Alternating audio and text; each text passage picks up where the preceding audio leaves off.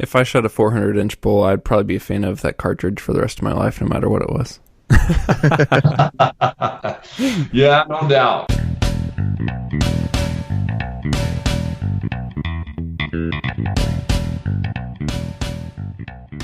Well, welcome to the Hunt Backcountry podcast presented by Exo Mountain Gear.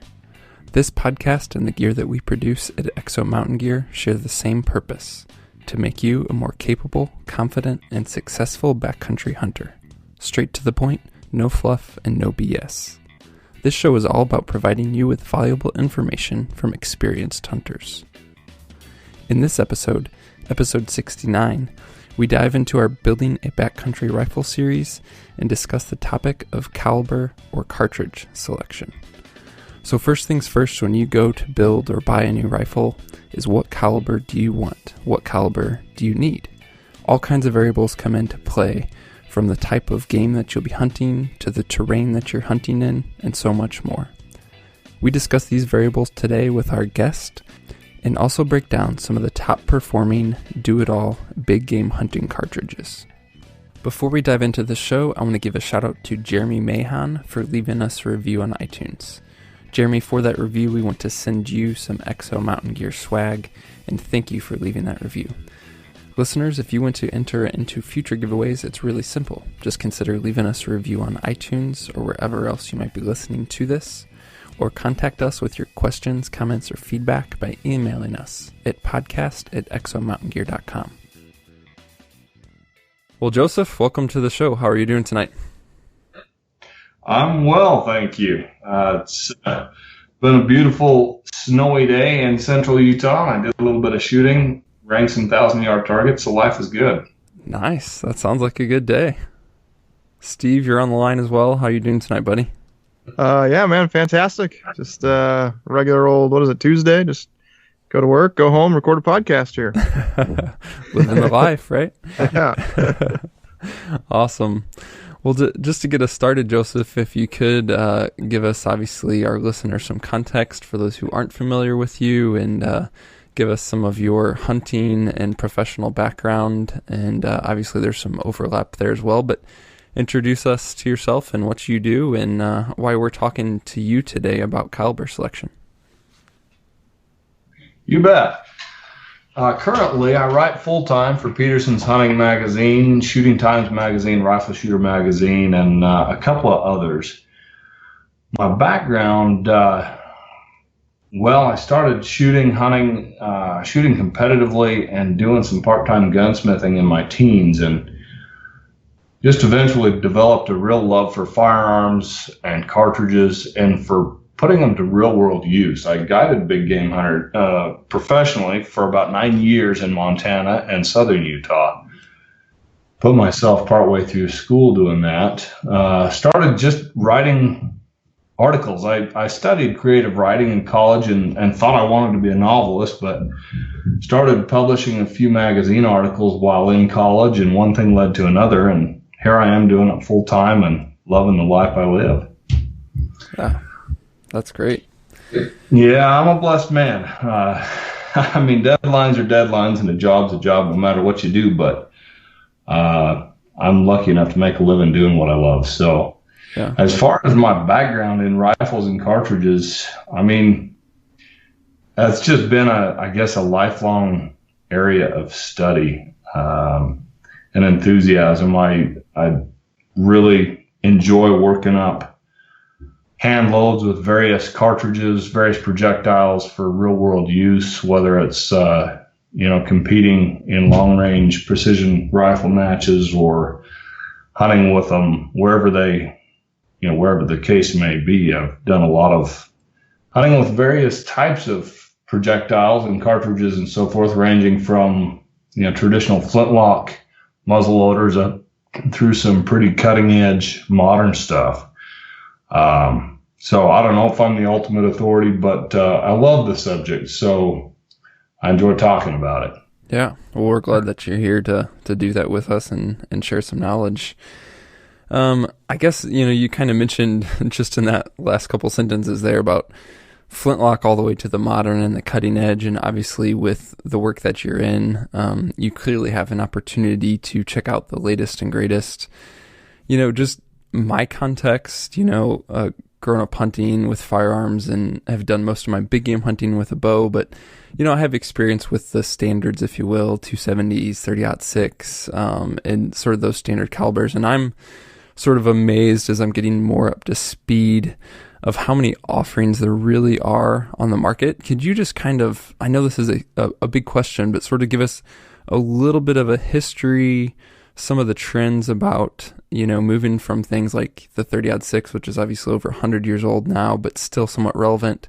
And then, there's all these latest and greatest calibers and cartridges that are seemingly expanding all the time. What are the efficiencies and performance gains that are being chased with these newer calibers? That is a pretty broad question, and we'll probably attack it from several angles here. Sorry, there goes my phone.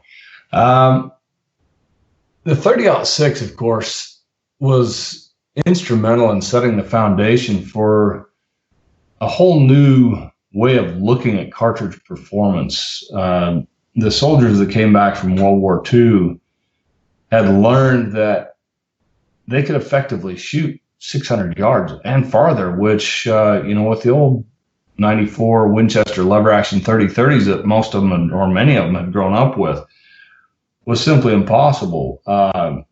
And I think it's interesting that you mentioned the 30-06, because while it's a classic, it also started the trend that continues today, and if anything, has more momentum and steam today than I think it ever has. And that's in precision shooting and increasing your effective range. And it seems like it's a fever that's caught shooters across the broad spectrum of riflemanship, all the way from guys that just enjoy ringing steel at 1,200 yards, through hunters that are either wanting to be able to make very, very precise shots at 300 yards, or, in some cases, whether your ethics agree with it or not, guys are shooting big game at previously unheard of distances out to 1,000 yards and sometimes more.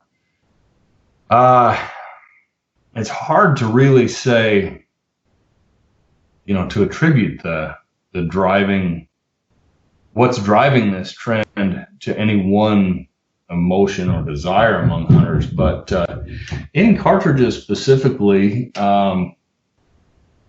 it seems as if efficiency is combining with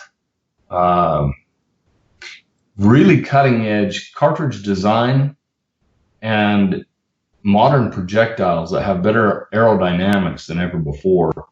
Which, well, the way I look at it is today's 400 yards is now 600 yards. Even just 20, 25, 30 years ago, really before the advent of really capable long distance rangefinders, a rifleman that could consistently drop a deer at 400 yards was exceptional.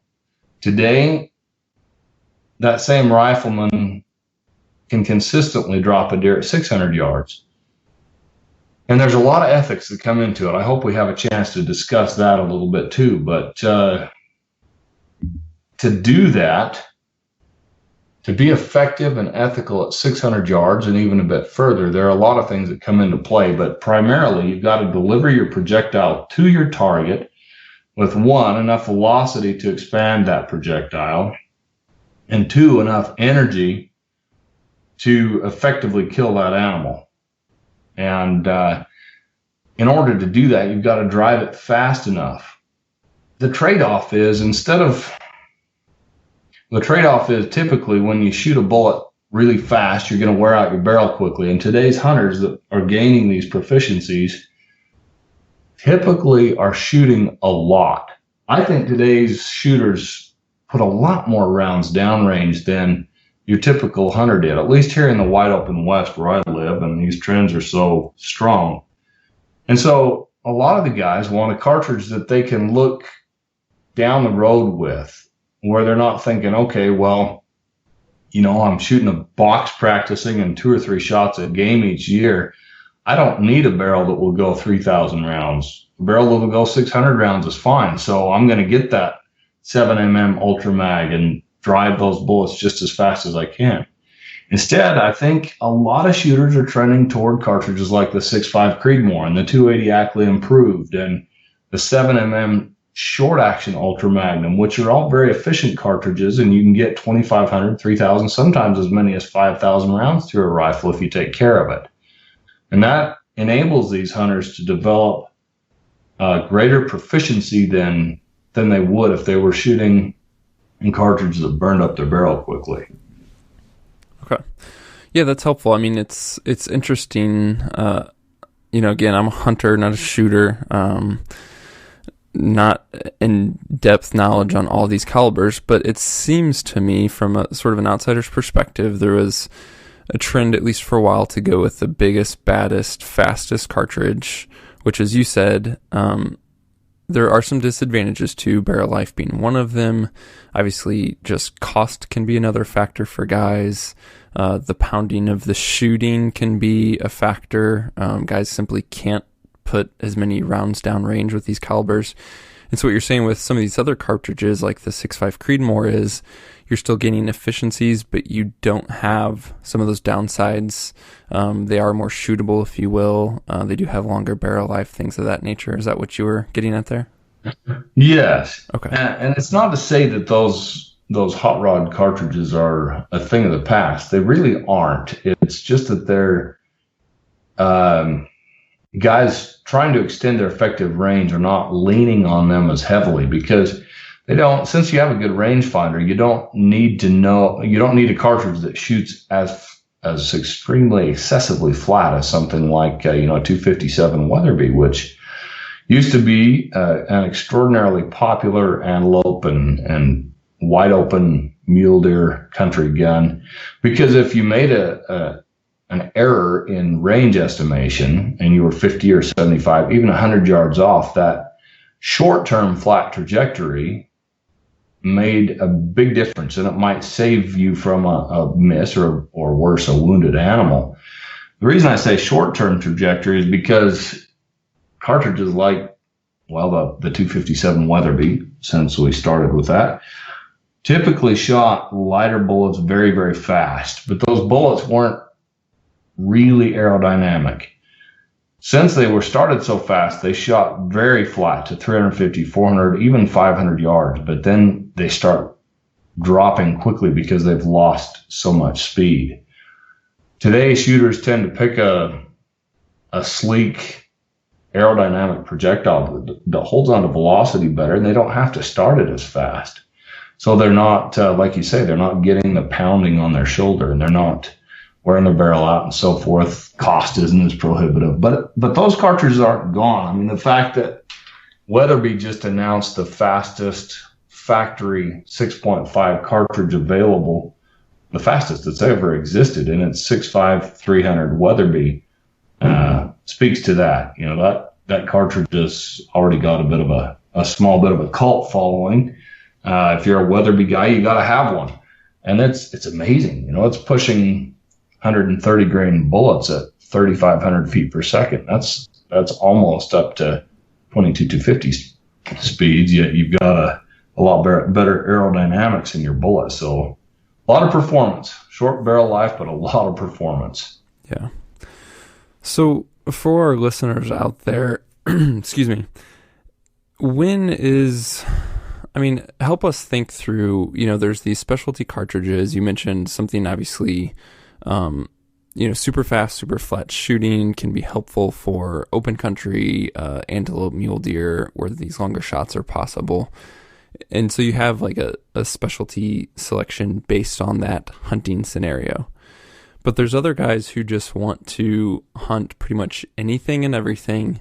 They don't want to spend weeks and months dialing in different rifles or dialing in different loads. They just want to hunt. So they're less of the shooter, more of the hunter. And so they might go with more of a general purpose caliber, if you will. So when should a hunter lean one way or the other, chasing something that's specialized for a given purpose versus finding something that's more effective on a general purpose but might make some concessions and not be the most ideal in all circumstances? Sure.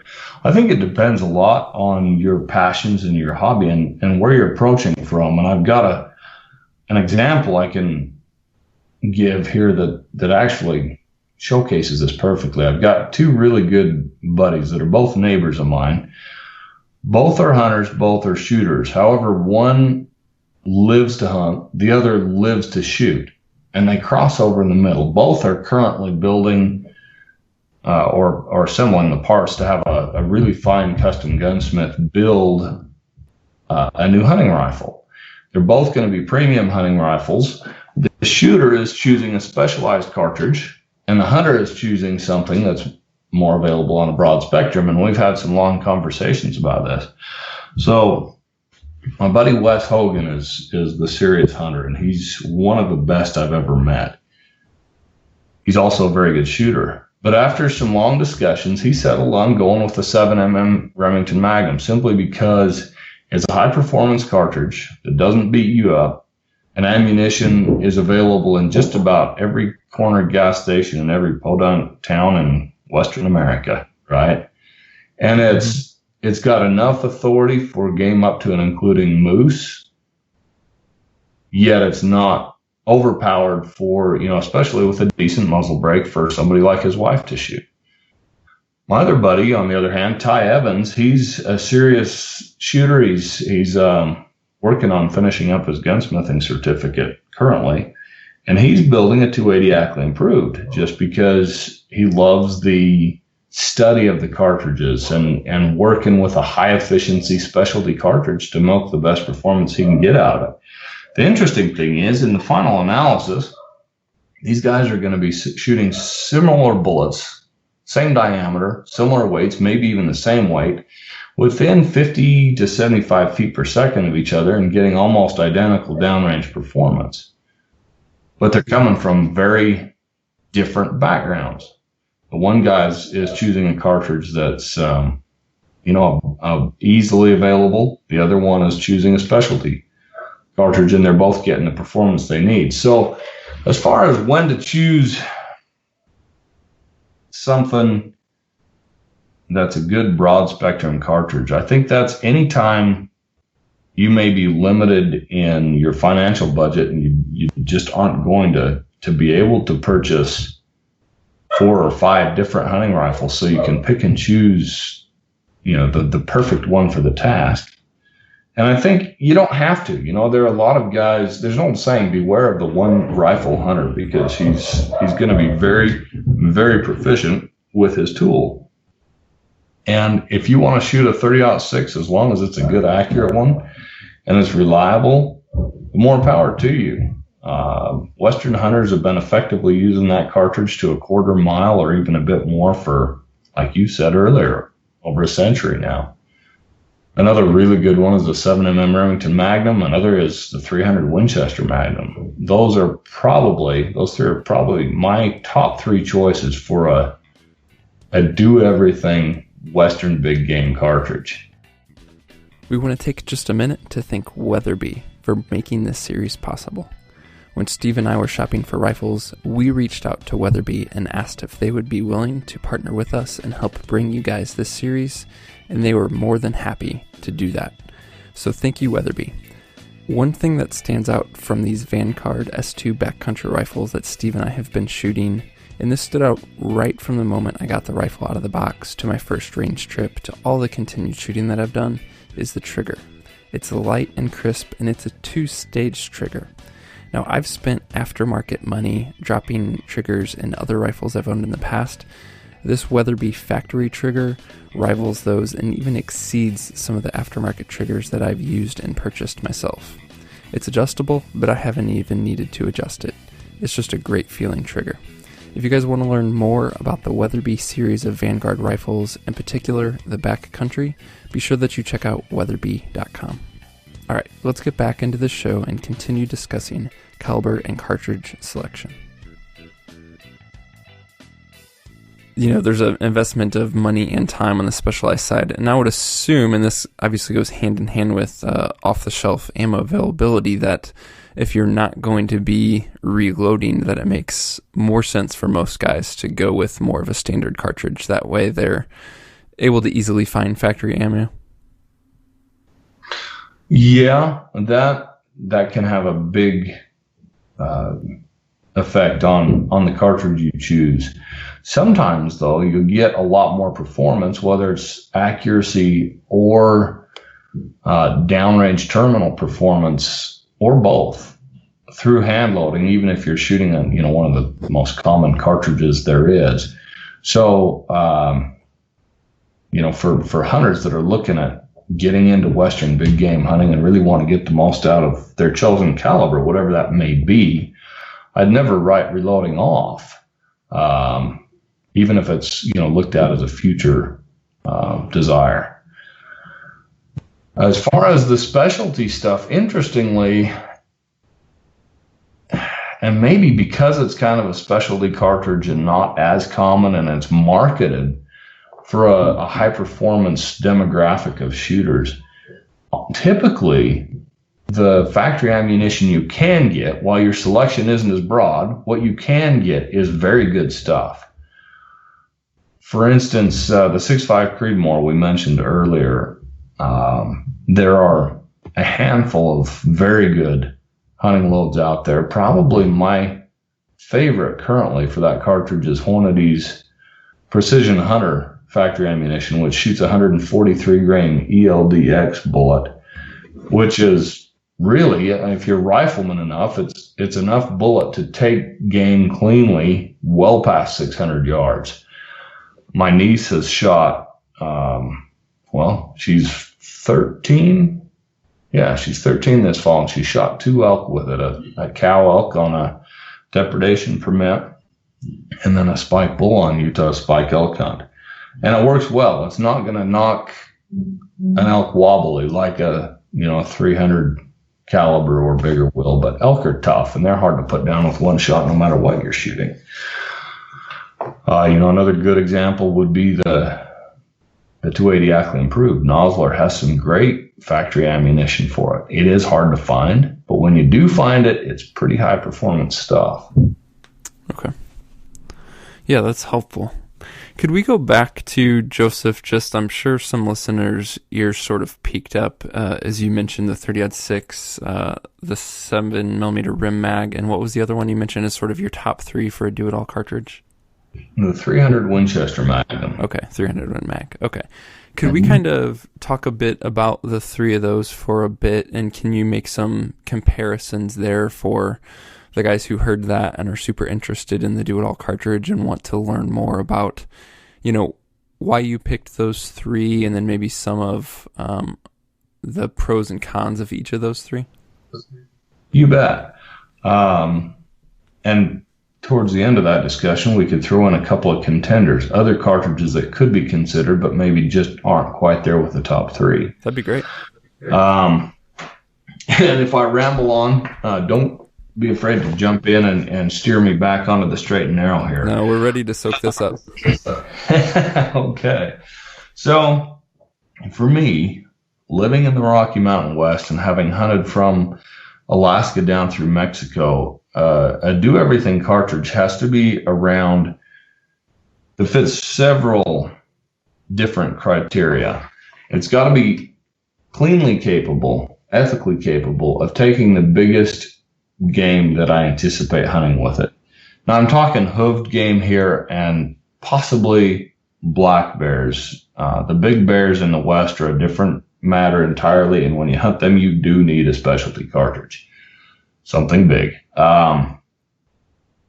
So that's why I've left out certain cartridges, such as the 270 Winchester, which I grew up hunting and I dearly love it. It's just on the edge of being adequate for moose and even elk. You've got to really choose your projectile carefully when you're hunting elk with the 270. So the 30 calibers and the 7mm have a very broad selection of available bullets. And that's in factory ammunition as well as component bullets that you can reload. They also both calibers. So the three we mentioned, 7 Rem Mag, 30-06, and 300 Win Mag. There's 1.7mm and 230 calibers in our little top 3 here. Both of those calibers tend to perform very well with heavy 4 caliber projectiles. So instead of shooting 150 grain 30-06 tail guys would choose, I always opt for 180 grain minimum, and sometimes for a 200 grain bullet, like Nosler's 200 grain AccuBond or Hornady's 200 grain ELDX bullets. Both very good choices. A heavy for caliber bullet gives you better penetration and carries a little more energy to the target, bucks the wind better, and so forth. That's a whole different discussion. But the point is, these cartridges are all, they excel with those heavy bullets, which makes them, that's a big part of what makes them really good for elk and for moose.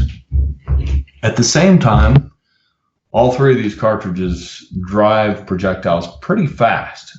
So if you want to back off, if you're not a big electronics guy, you don't want to carry a rangefinder, you'd prefer to estimate range, make your best call and take a shot in the field, you can still back off and drive a lighter bullet, 140 grain 7mm bullet, or 150 or 165 grain 30 caliber bullet. You can drive them fast enough that they have a pretty forgiving flat trajectory up close. Another critical element that all 3 of these cartridges provide is they deliver quite a lot of terminal authority. And that can be really important. In the West, opportunities often come dear. You work hard for them. And whether it's a big northern whitetail that's vanishing into a thicket 70 yards away and all you've got is a steeply raking shot through his hip and into the boiler room, or it's the biggest bull elk you've seen in your life standing on a ridge 450 yards away, you need to have a cartridge that will deliver enough terminal performance to ethically allow you to take that shot. So those 3 cartridges, they're readily available. A lot of ammunition out there for them. Factory loads galore. You can pick something that's going to provide the performance you need and that's accurate in your rifle. If you can't find something like that, you probably need to either sell the rifle or find a friend that's a very good shooter to help you pick that, because something's wrong there. There's enough very good ammunition types that you should be able to find something that shoots really well out of your gun and still offers that performance. If you're a hand loader, the possibilities are endless as far as projectiles. What else? It's nice to know that with all 3 of those, if you're flying out on a once-in-a-lifetime hunt and the airline screws up and lose your baggage, you can find ammunition for them. That's also important. As far as why those edge out other cartridges, I think it's just the balance. No matter what you're pursuing, whether it's a pronghorn antelope on the plains of Wyoming or a moose in the boreal forest of Alaska, you've got enough without having too much. So they're very nicely balanced cartridges. Now, I'm a bit of a oddball cartridge lover, and given my preference, I'll hunt with something like a 300 Holland and Holland rather than a 300 Winchester Magnum, just because I love the unique.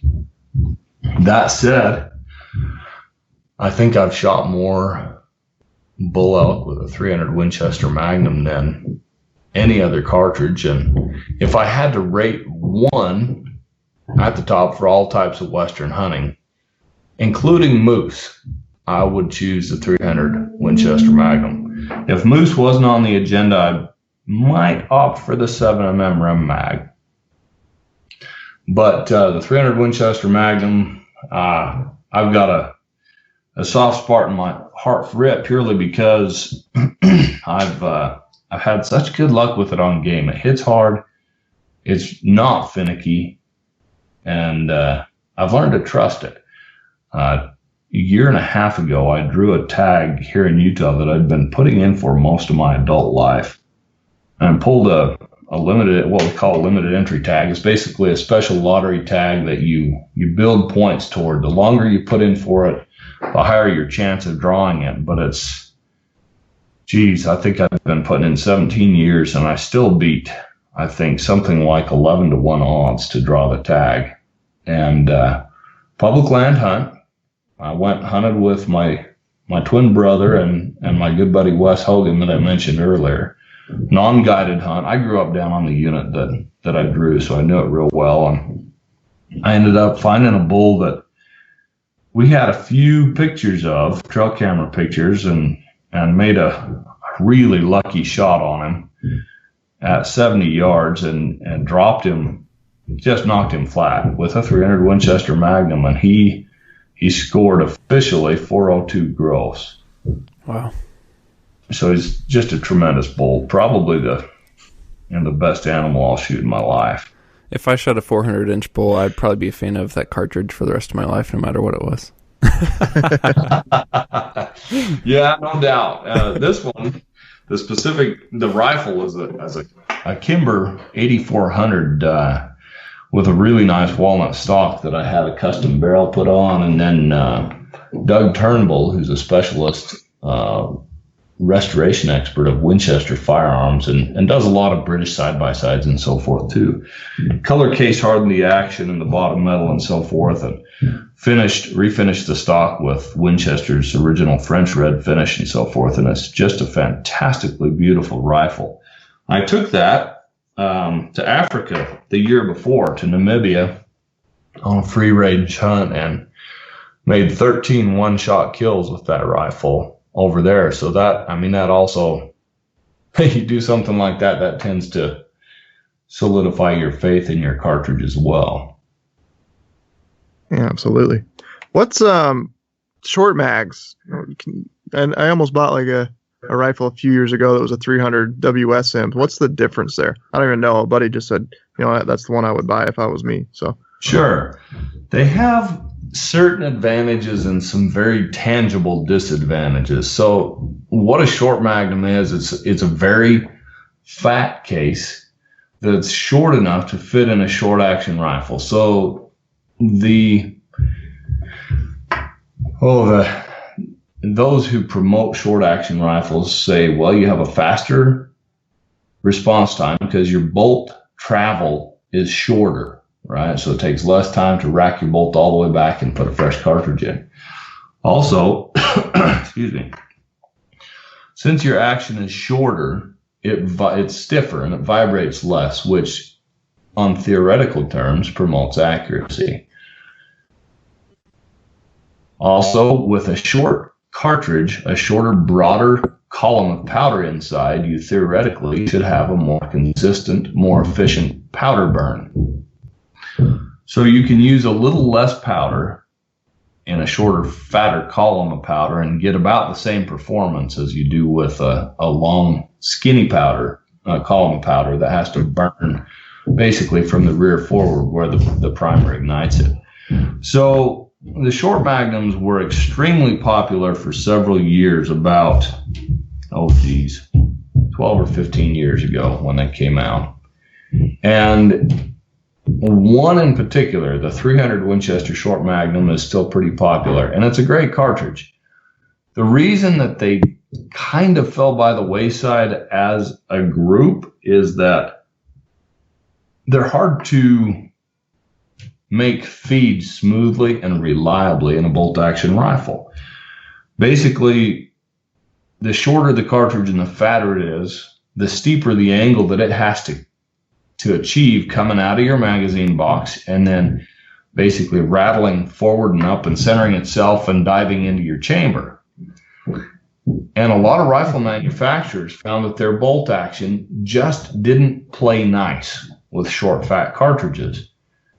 The magnums that we currently have, most of the belted ones, and then the long magnums such as Remington's 300 Ultra Mag and 7mm Ultra Mag and so forth, are a little smaller in diameter and a little longer And practical experience pretty well showed rifle manufacturers that that was about as fat and short as you could go without adopting a bunch of inherent potential issues. Now, certain rifle actions handle them pretty well. Winchester was the one that introduced those cartridges. And the Model 70 does pretty well with the short magnums.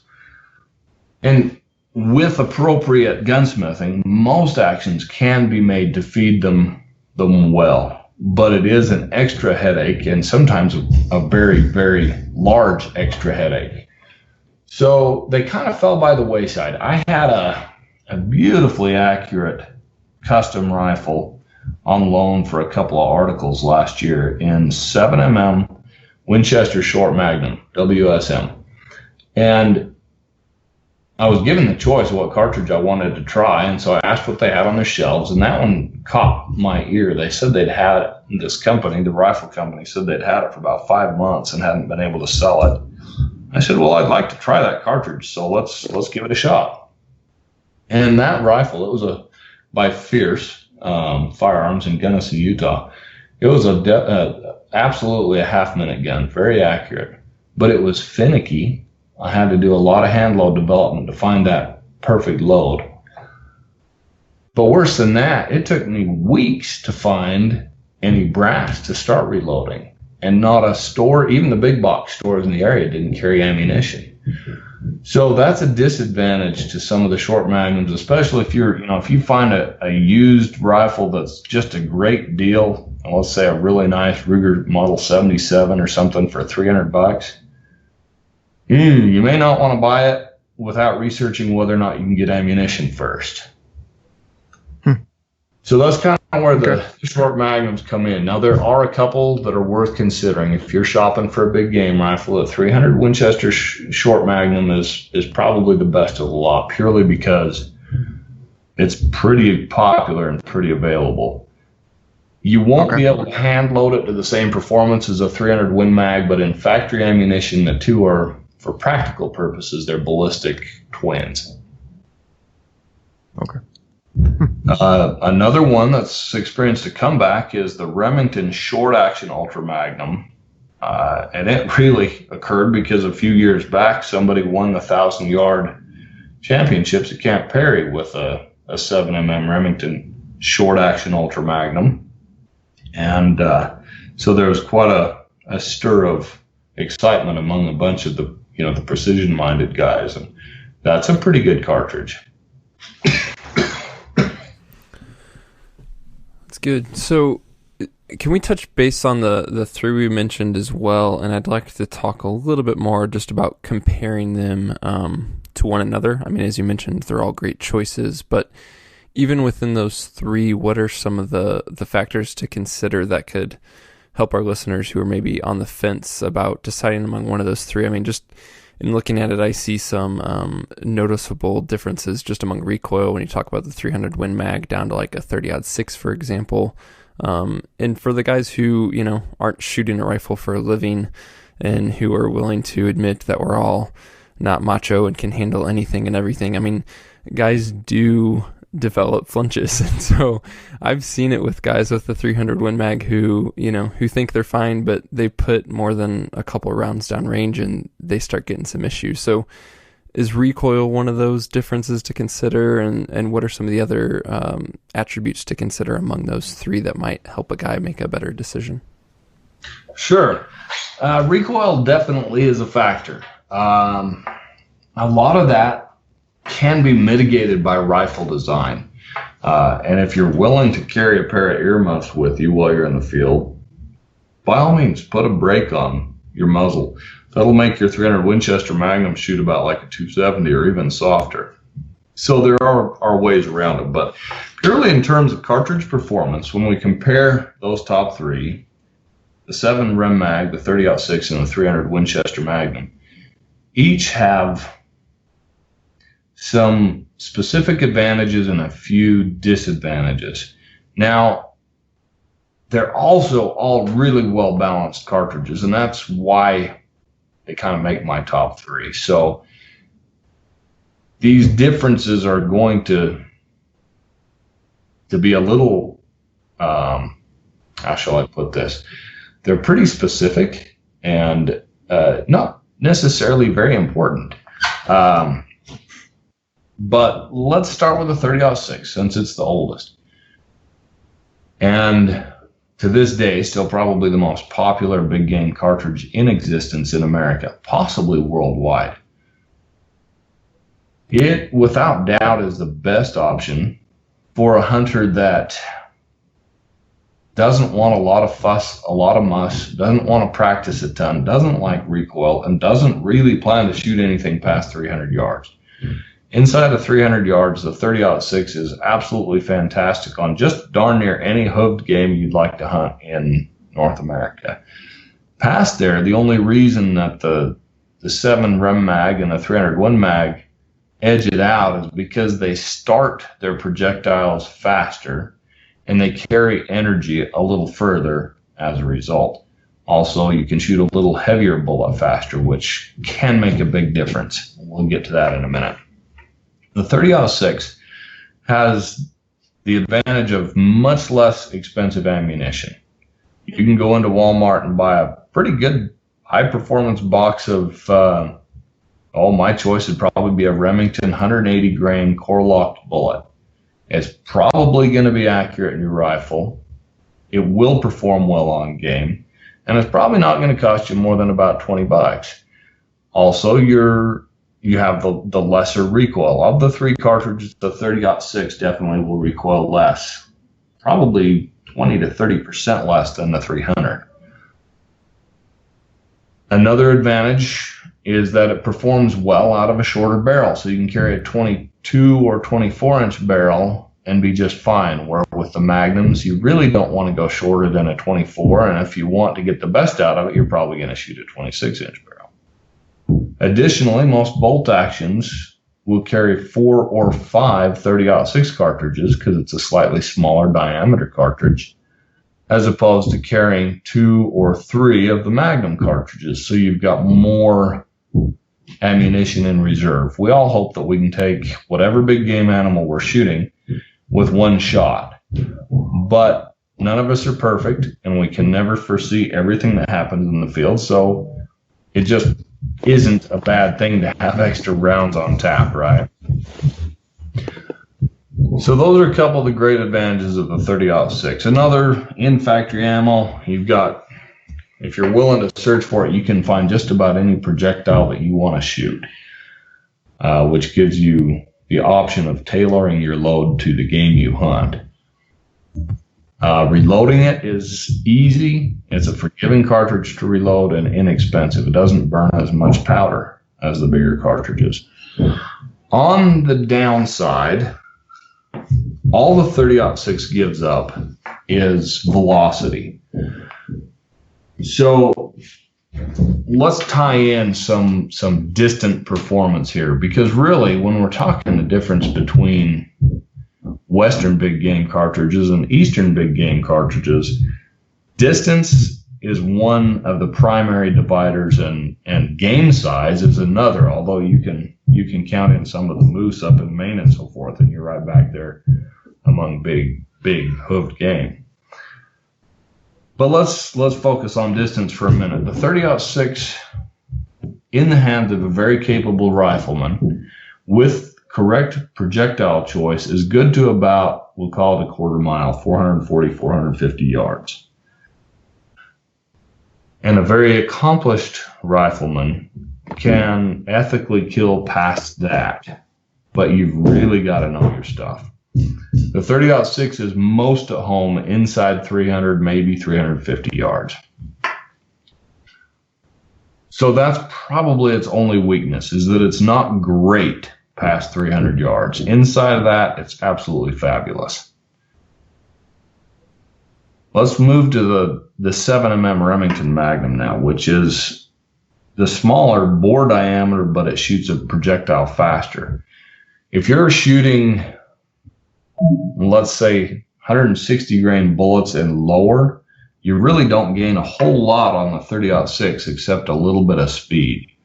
If you're willing to shoot one of the long aerodynamic 160 to 175 grain bullets, maybe even a 180 grain bullet, now you start gaining some real serious downrange ability, because the 7mm diameter, which is 0.284 in terms of decimal inches, is inherently aerodynamic.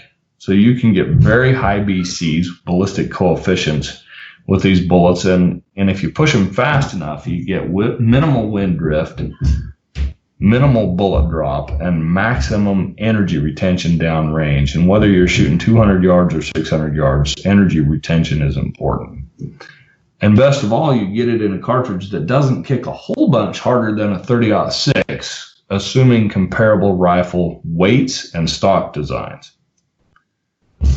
Ammunition is going to cost more. You're looking at cheap stuff's probably going to be $25 if you're really lucky and find some garbage on sale. The good stuff starts at about $35 and can go up to 60 or 70 for a box of 20 cartridges. So it's more expensive to shoot. It does have more recoil. To get the best out of it, you've got to carry a 24 or 26-inch barreled rifle like I mentioned earlier. Barrel life, you're probably looking 1,500 to 2,000 rounds, depending on how careful you are about letting it get too hot at the range while you're shooting. Back to the 30-06, it's got lots of barrel life. Even if you abuse it, you're probably going to get 3,000 or 4,000 rounds, and if you're careful with it, probably upwards of 5,000. Big difference there. So another thing that the 7mm diameter cartridge has is sectional density. It's a penetrator. So you've got a broad selection of bullets. And again, this isn't really a discussion on bullets, but it ties in with the reason, so powerfully, with the reason that the 7mm Remington Magnum is so good. Now, I got to add a caveat and a word of caution here, because the 7mm Remington Magnum, for most of its life, really till the past, let's call it a couple of decades, had a reputation for being a wounder, not a fast killer. The main reason was poor projectile choices. A lot of manufacturers, ammunition manufacturers, loaded bullets designed for slower cartridges, specifically the 7mm by 57 Mauser, which is designed to, it shoots bullets at 2,400 to 2,700 feet per second. Excuse me. So you take that let's call it 140 grain bullet designed for the 7 by 57 and now drive it at 3,200 feet per second. On impact, it's going to act a lot like a varmint bullet and fragment basically to nothing, giving you a very dramatic but very shallow wound channel. So the 7mm gained a reputation among a lot of Western hunters and guides for knocking game down that then got up and ran away, never to be found again. It really wasn't the fault of the cartridge, but unfortunately it did gain that reputation. However, if you're willing to do your research and put in a tough bullet, such as a Nosler partition or a Swift A-frame, or one of my all-time favorite factory-only projectiles is Federal's trophy bonded tip bullet, the cartridge won't let you down. It'll penetrate like a depth charge and hit like a freight train and kill very, very efficiently. So that's the 7 Rem Mag. If we move on now to the 300 Winchester Magnum, its main disadvantage is recoil. It's right on the cusp of what experienced shooters tolerate cheerfully. And if you have a very lightweight rifle, they're not even very cheerful about that. But if you're somebody that doesn't shoot very often and you don't like getting your fillings loosened every time you go out to practice, you're better off with one of the other 2 cartridges. However, if you're willing to shoot the 300 Winchester Magnum and you're kind of recoil insensitive, meaning it doesn't really phase you, and you got to be honest with yourself here. You can't be macho about it. I'm like you mentioned earlier, I've met a lot of guys that shoot big guns and they say, kick doesn't bother me, and then they sit down, and if you take a slow motion video of them, they clench their eyes shut and jerk the trigger as hard as they can when they shoot. You know, you're not going to get good killing performance that way just because you're not going to put the bullet where it counts. And no matter how big your bullet is, if it doesn't hit the right spot, it's not going to kill cleanly. So that's the disadvantage of the 300 Win Mag. Now, you can put a brake on it and tame that recoil, but believe me, you've got to learn to carry ear protection and be willing to take the 3 seconds necessary to install that hearing protection before you pull the trigger, because, oh man, this is something I learned the hard way. Growing up as a kid, I did a lot of shooting, a lot of competitive shooting, a lot of training without hearing protection. And even at 22, every time that thing cracks, it causes irreparable damage. As you guys know, your hearing mechanism is one of the few parts on your body that does not heal. It doesn't regenerate. So once you've lost hearing, it never comes back. And a muzzle brake can cause enough damage in one shot that it's noticeable. By the end of the day, you're thinking, man, my ears ain't working like they should. I've experienced it. So muzzle brakes, they're great with that one caveat. You got to be willing to put on hearing protection. And if you're hunting with a buddy or a guide, you got to be willing to force them to do it and wait for them if they're slow before you take your shot. Do you feel like that's a risk worth taking, given hunting and sometimes needing to make a shot quickly? I do, in certain cases. And there's another advantage to muzzle brakes. That the kind of, it provides a tipping point. If it was pure recoil control for me, I wouldn't use brakes when I hunt. And on anything but the heavy kickers, I don't, because I'm too recoil insensitive. I started to separate the cartilage in my clavicle one time testing a 458 lot elephant rifle, and it literally started tearing my collarbone from its socket. Even though I was shooting great groups, I went to the chiropractor and she said, "Hey, stop doing that." And ever since, recoil doesn't bother me too much mentally, but I'm approaching bona fide middle age now, and it does have a cumulative effect on your body. And I just told myself, look, you got to start being practical about the cartridges you shoot. And if you want to shoot something good, by all means, put a dang brake on it. Another thing I've gone to shooting with a lot and hunting with when I can is a suppressor, because it accomplishes the same thing in terms of recoil control and protects your ears. So that's another discussion that's for another time, but they're a very worthy addition to hunting. In fact, you go to places like Europe and so forth, there are hunting clubs that don't allow you to hunt if you don't have a suppressor. There are ranges where you're not allowed to shoot unless you have a suppressor. It's just considered the civilized and polite thing to do. Over there, you can walk in a hardware store and buy one. They're not NFA-controlled items like they are here in the States, but I digress. So back to the 300 Winchester Magnum, and let me touch on one other reason to shoot a brake, and that's to help you spot your own impact. So I do a lot of long-range competitive work. I try not to shoot animals at unreasonable ranges. My creed is to be the best hunter, the best shooter I can, the best rifleman I can, so I can make whatever shot I'm called on to take in the field. Yet to be the best hunter I can so that I never do have to make those excessively long shots. But my competitive background has shown me that if you have a good muzzle brake on your rifle and a correct prone position, even with a heavy recoil like a 300 Win Mag or whatnot, you can spot your own impacts as close as 300 or 400 yards. And that makes a big difference for follow-up shots. Mm-hmm. So that's the tipping point with me, is being able to keep the animal that I've just fired at in my scope through recoil. Not only do I have a better idea of where I hit, but if I need to make a fast follow-up shot, it's a lot easier if I'm not searching for that animal again in my scope because I lost it because the darn thing jumped off my day pack or whatnot when I fired. So right. That's another reason to have muzzle brake. But circling back to the 300 Win Mag,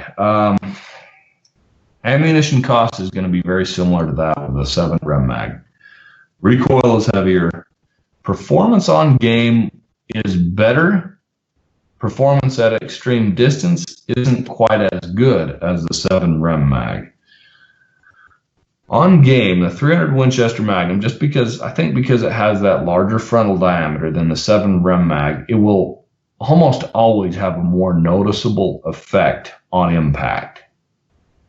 Whether you're shooting a moose or an elk or a mule deer or an antelope, that animal is going to react more when that bullet impacts than it will with the 7mm. I've seen it time and again.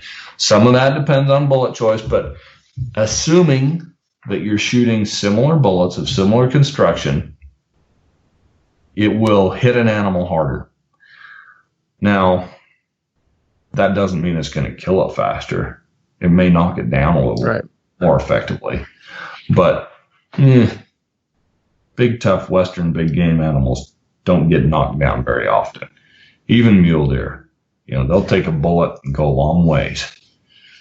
Mm-hmm. Even a really well-placed bullet. I saw a very big mule deer buck once shot at 150 yards with a 7 rem mag and 175 grain nozzle partition. I mean, that's a tough bullet, heavy bullet, out of Magnum cartridge up fairly close, and the hunter put the bullet right through the center of the boiler room, destroyed both lungs, and that buck went about 160 yards through very rugged pinyon juniper and basaltic volcanic rock country before it dropped. I couldn't believe it. Animals are individual, a lot like people, and just like some guys will go down to a gentle poke to the nose, like me, and some guys you can hit them with the head with the 2x4 and they just look at you. Animals are a lot like that. When you shoot them, you can't trust that they're going to just tip over because you shoot them with a bigger gun. So what I'm saying is a 300 Win Mag doesn't necessarily kill more quickly than a 7 rem mag, but it over a lifetime of shooting animals with them, you'll notice that the 300 Win Mag hits very hard indeed. Also, it's pretty darn good at long range. 30 caliber bullets are pretty good aerodynamically. They're not quite there with the 7 rem mag. You have to go up there to a very heavy bullet, like a 220 grain bullet, to start achieving the same sort of aerodynamics, ballistic coefficients.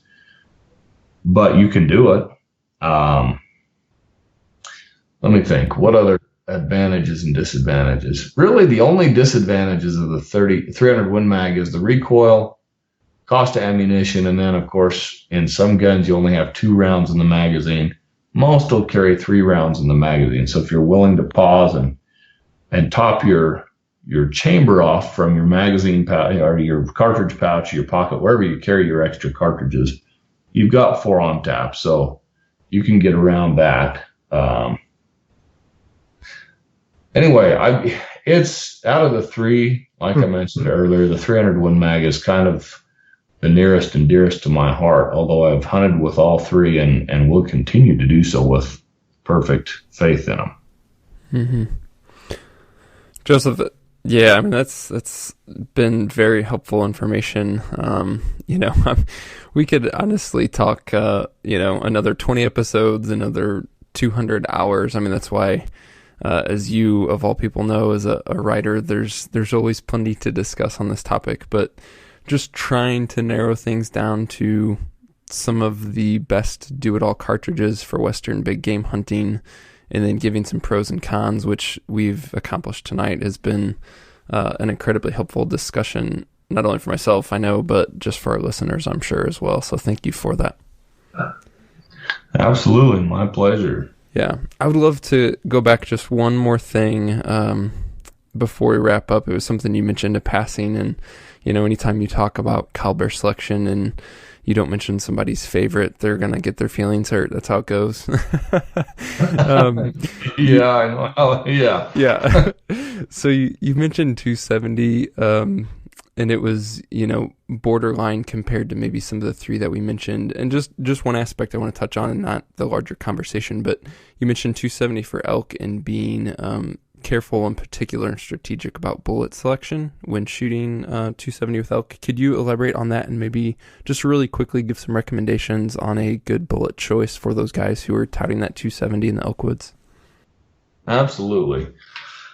And for the guys that are doing that, no fear, they're well prepared as long as they're shooting, like I mentioned earlier, a well-chosen bullet. I grew up hunting with a pre-64 Model 70, chambered in 270 Winchester, and shot a lot of elk and some really nice mule deer with that rifle. And I had a pair of go-to hunting loads. I didn't shoot, funny enough, I didn't shoot a big game animal with a factory cartridge until I was 29 years old. Because I was too poor, for one thing, to buy factory ammo, and because I just got better accuracy out of my hand loads. So I hunted deer with that 270 with a 140 grain Sierra Game King bullet. It's a boat-tailed, lead-tipped bullet, not cutting edge anymore, but they're very inherently accurate, and they perform beautifully on deer-sized game. I never shot it at an elk because I didn't feel like it was a tough enough bullet.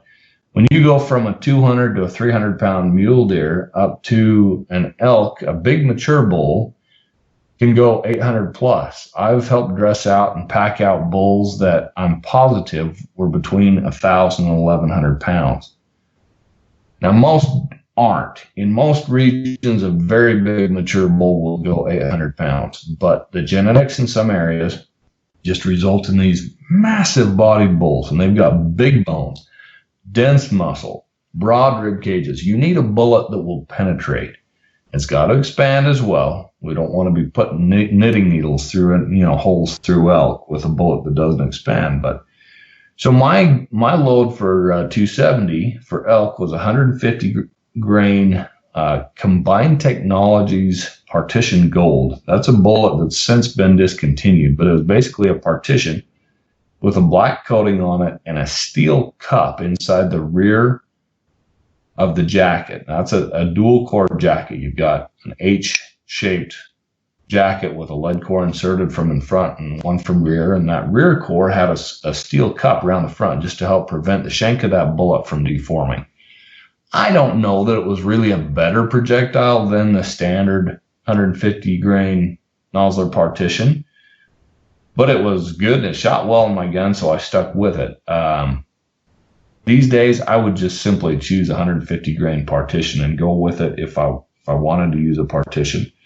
Other really good choices for elk and for moose would be a Barnes bullet, either a tipped triple shock or a standard triple shock bullet in the 140, 150, or 160 grain weight range. Barnes also loads factory ammunition called Vortex. That's some very, very good stuff. And they tend to be very accurate in rifles, a broad spectrum of rifles. So that's one of my first go-to choices when I'm searching for an accurate load in a new rifle. Another really good bullet, well, either of Swift's bullets. They make the A-frame, which is like a partition on steroids. It's bonded and has a thicker jacket.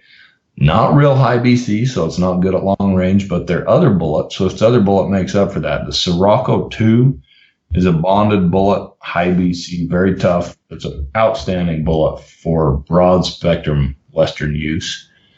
In factory ammunition, you really can't go wrong with a Federal Trophy bonded tip bullet. Let's see. Hornady bullets,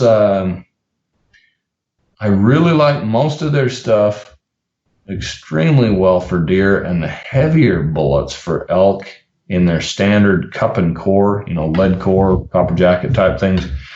When I'm going to after something really tough, I tend to go to their GMX bullet, which is a homogeneous gilding metal bullet. So those are some really good choices for the bigger stuff, or if you want one load that you can hunt everything from moose down through deer. Now, if you think you're going to hunt mostly antelope and whitetails and mule deer with the occasional elk, a softer bullet might be in order, something like a Nosler ballistic tip, a Hornady SST, or something like that. That Sierra Game King that I mentioned is just outstanding. So those are some really good loads. In terms of the 270, bullet choice kind of allows you to step up or even step down a notch. So the way I look at it in cartridge selection. So if you want to hunt game that most guys would want a big magnum for, but you want to do it with your 270, just choose a tough bullet that's heavy for that diameter, that cartridge diameter. For instance, 160 grain Nosler partition or 150 grain Barnes triple shock, because you're going to get adequate expansion and very deep penetration, and that cartridge will kill a very heavy, tough animal more like a big magnum will when loaded with a tough bullet. So yeah, I think that's about it. I mean, with that cartridge, gosh, I've hunted elk with it. I've never hunted moose or black bear with that cartridge, but I wouldn't hesitate to, as long as I had the right bullet, and as long as, particularly with moose, I would be careful about my shot placement. I don't think I would take any steeply quartering shots. I'd wait for broadside shot with a 270 on moose. Gotcha. Awesome. Well, good information again. Joseph, before we go... Mark, I want to cut you off. Can you give the quick bullet points on why hand loading ammunition's more accurate? I've always heard that, and I don't. Is it just simply because ammunition from the box store is mass produced and inherently maybe, the grains of the powder are off, or what's the difference? That used to be the case more so than it is now, although you still see some of that in the budget loads, where basically manufacturing inconsistencies affect the accuracy of the ammunition. But factory loads these days are better than ever by a long ways, and it's gotten harder and harder to outperform them with your hand loads, particularly in terms of gaining higher velocity or perhaps loading a better bullet for the job, like we were just talking about. Just because there's such a broad spectrum of factory ammunition now, and with today's technologies and the electronics they employ in their loading assembly lines, they've gotten very consistent. Where you gain an edge in hand loading today, you may get a little bit of velocity, and you're typically going to get some accuracy. Primarily, that's by tuning the powder charge to the harmonics of your rifle. So a rifle barrel hums like a darn tuning fork when that bullet goes down it. And I'm talking about while the bullet's traveling. If you ever watch any super slow speed video footage of a bullet with a barrel with a bullet traveling down it, it goes like a spaghetti noodle. And so you want to try and tune your hand load so that your bullets are exiting the muzzle of your rifle in a natural pause. So think about whipping a rope where you've got, a series of basically hills and valleys in that rope, and you're whipping it down. Every so often, the end of that rope will just pause right in between your fluctuations. Or think of a pendulum that swings from side to side. A barrel is, in essence, a three-dimensional pendulum, but it does pause. They call them nodes, barrel nodes, just like a pendulum pauses on each end of its swing. And if you can tune your powder charge so that your projectile exits your barrel during one of those pauses, those nodes, your group will tighten up dramatically. I've seen hand loads go from 1.5-inch groups to 3/4-inch groups over a 1/2 grain change. Now, of course, I'm not talking a granule of powder. Grain in terms of gunpowder is a measurement system. There are 7,000 grains per pound. Anyway, you can tune your bullet that way. You can tune your hand load that way so that you're shooting during the node, and then also you can tune your seating depth. And you can research how to do both of these. We don't have time to talk about how to hand load and how to tune your seating depth right now, but you can tune your seating depth as well so that the lead, it's called it, and basically the entry point into your rifling benefits accuracy as well. Some bullet types like to be seated firmly against the rifling. Some like to jump up to 1/10 of an inch. So just a little bit of knowledge about your bullet and how they typically like to be seated, and then playing with that in your rifle in 0.005 of an inch increments until you find the sweet spot can gain accuracy for you. So with me, when I get a new rifle, I'll try and find a factory load that shoots great through it, just because a lot of times I don't have time to reload and I need to grab factory ammo and go, right? But if I've got the time, I'll always then choose a bullet, typically a high-performance bullet, aerodynamic, well-built, deep penetrating. You know, those are characteristics that tell me I can use that bullet on just about any game as far as I feel comfortable shooting. And I'll take that bullet and develop a hand load for that specific rifle that gets the very best accuracy I possibly can out of it. It's not just beneficial in terms of performance, but it's also kind of therapeutic. And there's a great sense of accomplishment in hand loading your own ammunition and knowing that you're getting the very best out of your rifle and going and taking a big game animal with those loads that you've built. Yeah, no different than tuning an arrow and tweaking with spine and stuff till you get perfect broadhead flight. You know, it's rewarding to go through the process and in the end of it, kill something. Absolutely. Hey guys, if you've got another couple minutes, I'd like to talk about one other cartridge that I think is going to play a big part in the future of big game hunting across the country. Do you have a minute? Yeah, I would love to hear about it. Okay. Yeah. Now, we've mentioned it a couple times. It's a 6.5 Creedmoor. It's a smaller diameter projectile, obviously. In terms of inches, it's .264 on the decimal system. And it's got a funny background. It was designed as a long-range competitive cartridge for shooters that didn't want to hand load. And a pair of geniuses, Dave Emery at Hornady and Dennis DeMille, who is a world champion long-range shooter, put their heads together and designed this cartridge. And it's turned out to be an extremely well-balanced round with almost unprecedented levels of inherent accuracy. It's hard to find a rifle chambered in 6.5 Creedmoor that doesn't shoot well. And a shocking number of them shoot half MOA groups if you're rifleman enough to get that out of the rifle.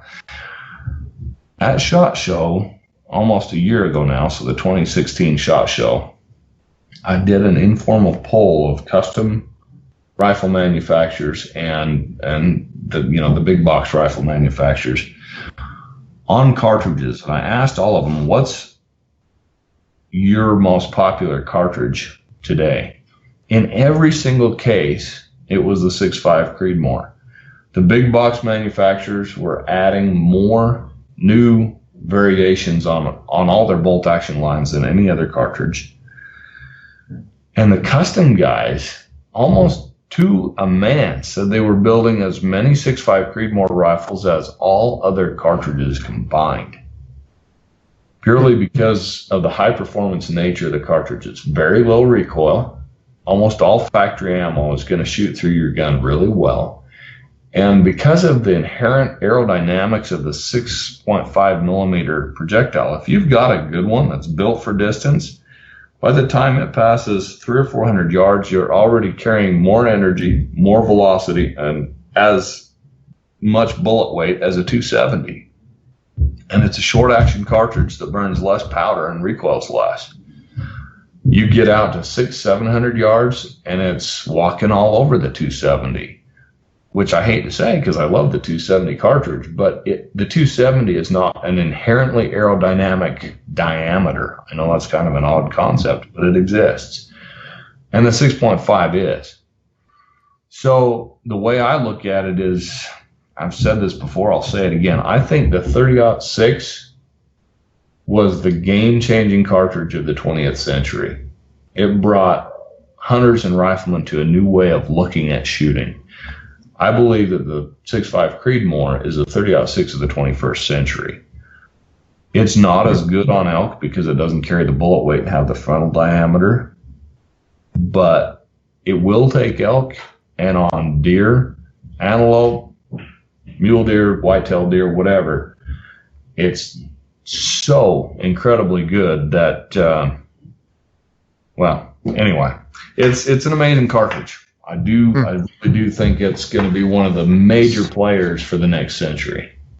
So you wouldn't hesitate to hunt elk with it, or would you? No, I wouldn't hesitate to hunt elk with it, although it wouldn't necessarily be my first choice. And it depends a little bit on the hunt. If we're talking something like a depredation cow elk hunt, in a heartbeat. Like I mentioned, my niece a few weeks ago shot a spike bull with a 6.5 Creedmoor, performed beautifully. I know that a good friend of mine, a legendary gun writer, Wayne Van Wall, shot a 6-point bull with one right after it came out, I believe in excess of 600 yards. And he's not a guy that typically shoots long on big game, but he trusted that rifle well enough to do so. And it did fine. One shot, dead and down. That said, when you go from a 500 or maybe, about a 500-pound cow or spike bull up to an 800 or 900-pound mature rutted up bull, you kill him just fine with the 6.5 Creedmoor, but you're not going to notice any reaction when you shoot him, even if you put it right through the boiler room. He's going to run off and bugle and then tip over. But elk are like that. They kind of tend to ignore people shooting at them until they can't. Until they don't know what hit them and they're down. Yeah, man, it's amazing. I've seen big mature bulls take, 3-4 center hits and just shrug them off. And then suddenly they just tip over. But ounce for ounce, I don't think there's anything tougher than a big bull elk, or anything that ignores being shot like a big bull elk. Yeah. When I used to guide hunters, I would always tell them, look, I don't care how perfectly you placed your first shot. If he's still on all 4 feet, you put more into him. Keep shooting till he's down. And then stay on him, because I've seen bulls lost. I've got video of a big bull that got up, walked off after dropping in his tracks in the hunter, and I was actually there as a spectator. The hunter and his guide were both celebrating, talking on the radio, not even watching, and that bull walked off. My goodness. Thankfully, I kind of wet my pants and yelled a bunch, and they turned around and shot him again. Oh, man. Well, Joseph, this has all been good. As I mentioned earlier, we so appreciate you taking the time and obviously sharing the knowledge with us. Is there any resources you would point our listeners to if they want to learn more, or any places that we can follow your work, follow your writing, anything like that you would want to share with us? Sure. As far as where I write, typically Peterson's Hunting, I've got a monthly column there called Open Country, and then I do one called Cartridge Corner that's just a little 3rd-page column, and another one called Bullet Board that I'm particularly fond of. What we do different from everybody else there is every bullet that I feature in that column has been recovered from an animal, so it's not theoretical, shot into performance gelatin or whatever at a factory. It's real-world stuff with an account of how the animal reacted and so forth. That's kind of fun. As far as really technical stuff on shooting, Shooting Times magazine. I'm the hunting editor for Shooting Times magazine, and do pretty much a feature or two per issue there, and then I do their vintage firearms column as well. I write for Rifle Shooter magazine and several others as well. But as far as purely gaining knowledge in hunting, I think just the one thing I could say to hunters, whether they're experienced or just beginning, is read a lot. TV is good, but there's a lot of, and it's great fun, it's inspiring, but there's a lot of hype and propaganda and so forth. Even spending time online researching can be great, but always take what you read there with a grain of salt, because anything posted online. And I do online work. I'm not ragging on online guys, but anybody can post online. Whereas when you read something in a printed magazine, you know that it's been through several sets of eyes, and hopefully some astute editor has caught wayward writers if they say something stupid. I know good editors have saved my hindquarters more than once. So you can trust print magazines and so forth. But read, study, even good classic magazines like Field and Stream and Outdoor Life and so forth are great resources. And the books of the old greats like Jack O'Connor and so forth, just wonderful stuff. Hemingway wrote wonderfully about hunting Africa and bullet performance and so forth. He had some interesting concepts, but it's fun reading. Robert Rourke is another one to read. Yeah. Awesome. Well, once again, cool. Joseph, thank you so much for joining us. Yeah, my pleasure, guys. It was fun. I enjoyed it. Well, thank you for listening to the Hunt Backcountry podcast. To access the show notes for this episode and subscribe to future episodes, please visit exomountaingear.com/podcast. Also, as we mentioned, we totally value your feedback and would love to hear about any questions, topic suggestions, or comments you have. Our email address is podcast@exomountaingear.com. If you're enjoying the show, please leave us a review in iTunes. By doing so, you will be entered into our next Exo Mountain Gear swag giveaway. We are looking forward to the next episode and hope you are as well. The topic is going to be bullet and projectile selection with Mason Payer from Nosler. Continuing this Building a Backcountry Rifle series, it's going to be a good one. We will catch you guys next week.